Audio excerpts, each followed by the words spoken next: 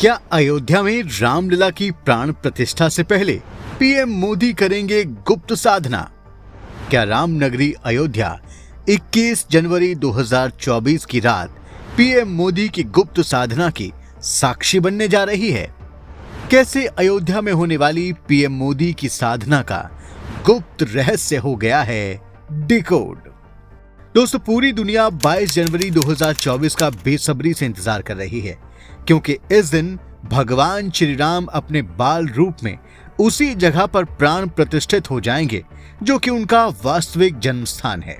लेकिन इस इंतजार के बीच एक चौंका देने वाला डेवलपमेंट हुआ है। पहले ऐसी जानकारी आई थी कि भारत के प्रधानमंत्री नरेंद्र मोदी, जो इस प्राण प्रतिष्ठा कार्यक्रम में खास तौर पर मौजूद होंगे, वो प्राण प्रतिष्ठा वाले दिन यानी 22 जनवरी को ही अयोध्या पहुंचेंगे। लेकिन अब जो जानकारी आ रही है वो ये है कि पीएम मोदी प्राण प्रतिष्ठा की पूर्व संध्या यानी एक दिन पहले ही अयोध्या पहुंच जाएंगे और रात्रि विश्राम अयोध्या में ही करेंगे। दोस्तों, ये जो नया डेवलपमेंट हुआ है, इससे कुछ जुड़े हुए गुप्त रहस्य हैं। अब इस गुप्त रहस्य को डिकोड करने का दावा किया जा रहा है। सूत्रों की माने तो 21 जनवरी की रात मोदी एक बेहद गोपनीय साधना करने जा रहे हैं। रात में होने वाली पीएम मोदी की इसी गुप्त साधना के बारे में आज हम आपको बताने जा रहे हैं। आप देखते रहिए द कर्मा। दोस्तों, अयोध्या में बन रहे भव्य राम जन्मभूमि मंदिर में रामलला की प्राण प्रतिष्ठा 22 जनवरी को अभिजीत मुहूर्त यानी दिन में 11:45 से लेकर दोपहर 12:45 के बीच होनी है। इस ऐतिहासिक मौके के साक्षी बन रहे प्रधानमंत्री नरेंद्र मोदी के मिनट टू मिनट कार्यक्रम 24 से 72 घंटे पहले तय होंगे। प्राण प्रतिष्ठा से पहले पूजन, प्रोटोकॉल, ट्रैफिक और सुरक्षा से जुड़े इंतजामों के नजरिए से प्रधानमंत्री 11 बजे तक कार्यक्रम स्थल पर पहुंच जाएंगे। लेकिन अब ऐसी संभावना जताई जा रही है कि वाराणसी में काशी विश्वनाथ धाम कॉरिडोर की तरह ही मोदी अयोध्या में कार्यक्रम की पूर्व संध्या पर 21 जनवरी को ही पहुंच सकते हैं।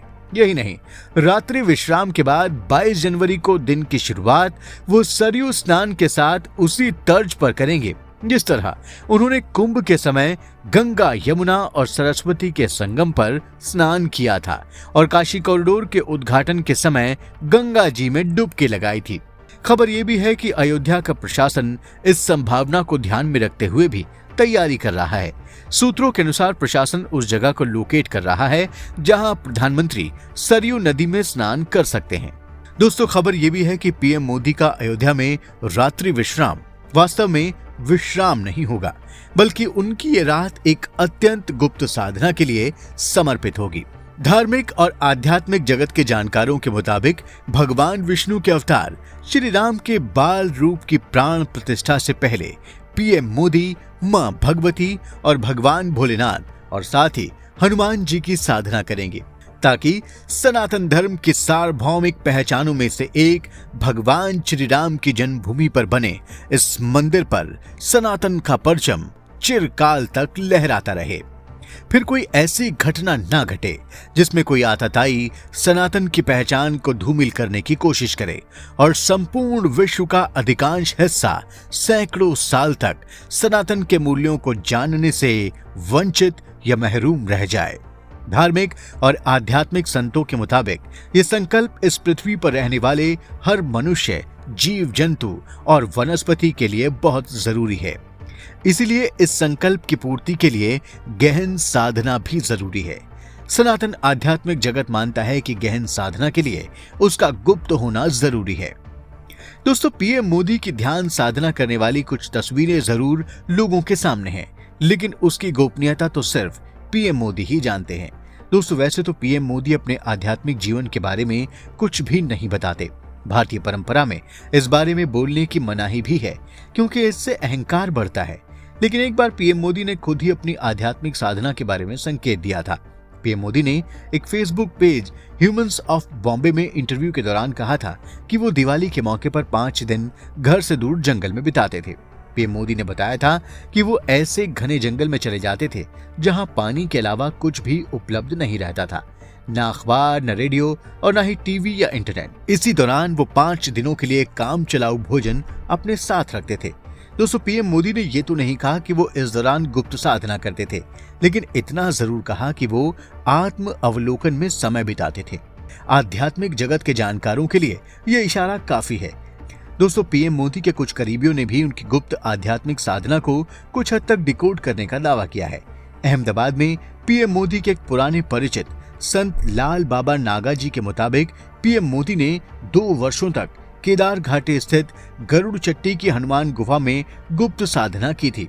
इसी दौरान उन्हें कुछ महान संतों के दर्शन हुए थे। उन्हीं संतों के मार्गनिर्देशन में उन्होंने कठिन साधनाएं की हैं। उनका कहना था कि संतों से प्राप्त ईश्वरीय शक्तियां पीएम मोदी के आसपास हमेशा रहती हैं और पीएम मोदी रोज आध्यात्मिक संतों से प्राप्त शक्तियों का पुनर्जागरण कर गहन ध्यान में चले जाते हैं।